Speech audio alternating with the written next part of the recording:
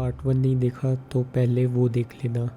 मैंने उसमें इंद्राणी मुखर्जी की पूरी हिस्ट्री के बारे में बताया है। मैं इम्पोर्टेंट कैरेक्टर्स के बारे में फिर से बता देता हूँ। पहला है सिद्धार्थ दास, जो कि इंद्राणी का पहला पति था। मिखाइल बोरा और शीना बोरा उसके 2 बच्चे थे पहले हस्बैंड के साथ। संजीव खन्ना उसका दूसरा पति था, जिसके साथ एक बेटी थी विधि खन्ना। पीटर मुखर्जी उसका तीसरा पति था। राहुल पीटर मुखर्जी का बेटा था उसकी फर्स्ट वाइफ के साथ। जब शीना और मिखाइल इंद्राणी को ब्लैकमेल करने लगे थे, तब इंद्राणी ने इन दोनों का मर्डर करने का सोच लिया था। इंद्राणी ने श्यामवर राय, जो कि उसका ड्राइवर था, उससे हेल्प मांगी मर्डर के लिए। अगर आपको याद हो तो मैंने इस वीडियो के पार्ट 1 में श्यामवर राय के अरेस्ट से स्टार्ट किया था। इंद्राणी ने श्यामवर राय को ये भी बताया कि कोई आएगा कोलकाता से, जो कि उनको शीना के मर्डर में हेल्प करेगा। वो इंसान और कोई नहीं, संजीव खन्ना था। उसकी आर्थिक स्थिति ठीक नहीं चल रही थी, उसके साथ पैसों की प्रॉब्लम थी, इसलिए वो इंद्राणी की मदद करने के लिए मान गया। इंद्राणी ने एक विल बनाई जिसमें उसने संजीव खन्ना और विधि को प्रॉपर्टी दी थी। इंद्राणी के इंस्ट्रक्शंस पर श्यामवर रॉय खोपोली और लोनावाला के जंगलों में गया जगह ढूंढने के लिए जहां वो बॉडी को डिस्पोज कर सकते थे, और उसने मिखाइल को मुंबई बुलाया ये कहकर कि उसको पता है इंद्राणी का सारा पैसा कहाँ रखा है, जिसको वो दोनों मिलकर चुरा कर अपनी सारी ज़िंदगी अय्याशी में गुजार सकते हैं। 2 अप्रैल 2012 को इंद्राणी मुंबई आई। उसने शीना को कहा कि वो साथ में रिश्ते फिर से अच्छे करना चाहती है। राहुल मुखर्जी ने शीना को लिंकिंग रोड पर ड्रॉप किया। 6:45 बजे इंद्राणी वहां आई। श्यामवर रॉय गाड़ी ड्राइव कर रहा था, संजीव आगे वाली सीट पर बैठा था। इंद्राणी ने संजीव को कार में बुलाया, उसको पानी ऑफ़र किया जिसमें उसने कोई नशे की दवाई मिलाई हुई थी। अब शीना बेहोश होने लगी थी। श्यामवर रॉय कार को एक फेमस कॉलेज की सुनसान रास्ते पर ले जाता है। अब संजीव चलती कार में ही सामने वाली सीट से पीछे आता है। फिर वो शीना को अपने कंट्रोल में लेने की कोशिश करता है। शीना चिल्लाने की कोशिश करती है, पर श्यामवर रॉय उसका मुंह बंद कर देता है। इंद्राणी अपना दुपट्टा निकालती है और उसको सफोकेट करने लगती है। इंद्राणी धीरे धीरे दुपट्टे से और ज़ोर से उसका गला घोंटने लगती है। कुछ देर बाद शीना की सांसें रुक जाती हैं और वो मर जाती है। बॉडी को सूटकेस में रखा जाता है। तीनों घर चले जाते हैं अपने नेक्स्ट टारगेट की तरफ, जो कि था मिखाइल। उसको ड्रिंक्स ऑफ़र किए जाते हैं। उसके ऊपर नशा तो चढ़ रहा था, पर वो फिर भी होश में था। इंद्राणी ने देखा कि मिखाइल अभी भी कॉन्शियस था, तो उन्होंने उसको मारने का प्लान ड्रॉप कर दिया। उन्होंने डिसाइड किया बॉडी को सुबह 4 बजे डिस्पोज करने का। संजीव ड्राइव कर रहा था, श्यामवर उसके साथ आगे वाली सीट पर बैठा था। इंद्राणी अपनी मरी हुई बेटी के साथ बैठी थी। इंद्राणी को अपनी बेटी का मर्डर करने का बिल्कुल भी पछतावा नहीं था। ये दिखाता है कि वो एक कोल्ड ब्लडेड मर्डरर थी। वो लोग पेट्रोल पंप पर रुकते हैं और 10 लीटर पेट्रोल खरीदते हैं। फिर उन जंगलों में जाते हैं जो श्यामवर ने पहले ही डिसाइड कर लिया था बॉडी को जलाने के लिए। उन्होंने बॉडी को निकाला, उस पर पेट्रोल फेंका और उसे जला दिया। फिर उन्होंने गड्ढा खोदा और उसमें आधी जली बॉडी को डाल दिया। वो लोग फिर मुंबई ऐसे आ गए जैसे कुछ हुआ ही नहीं था। उस कार को रेंटल कंपनी को वापस कर दिया गया। रानी और संजीव फ़्लाइट लेकर कोलकाता आ गए। वहाँ पे कुछ दिन रहने के बाद वो वापस मुंबई आ गए। फिर वहाँ से गोवा घूमने चले गए। वहाँ से वो इंग्लैंड गई और छुट्टियाँ बिताने लगी।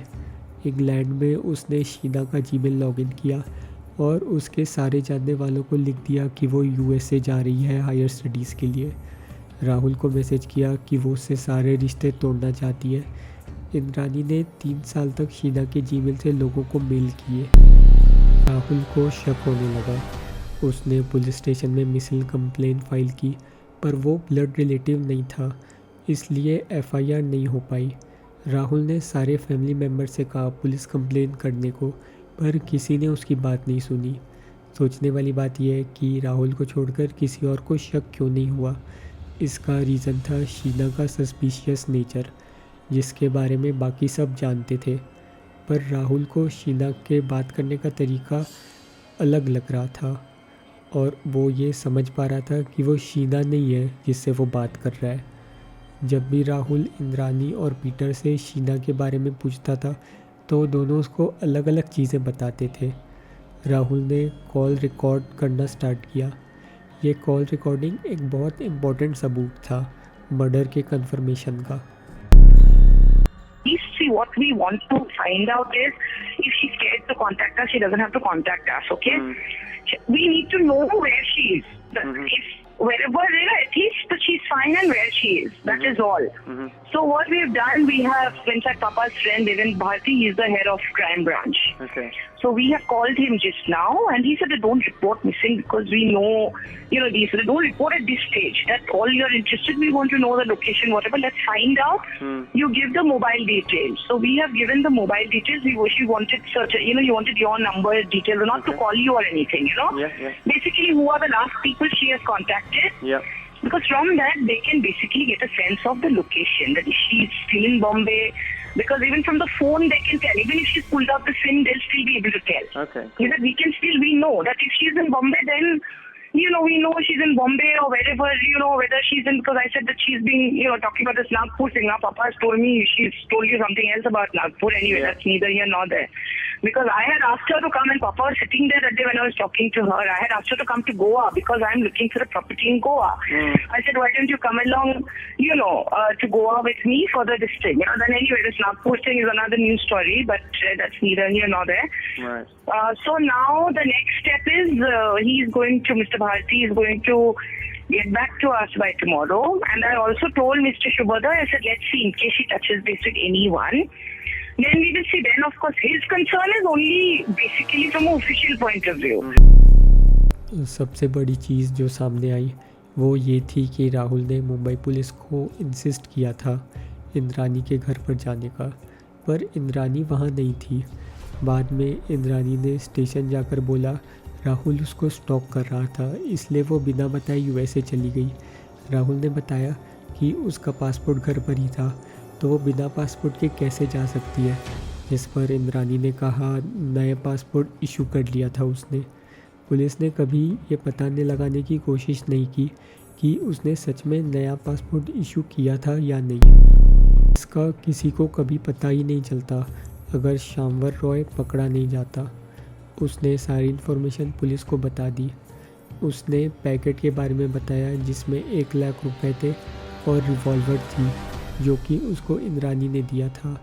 ये रिवॉल्वर इंद्रानी ने शामवर राय को फंसाने के लिए दिया था। शामवर राय के साथ इंट्रोगेशन के बाद पुलिस जंगल गई शीना की बॉडी को लेने। 2015 में इनको अरेस्ट कर लिया गया, पर ये लोग बहुत ही ज़्यादा हाई प्रोफाइल लोग थे।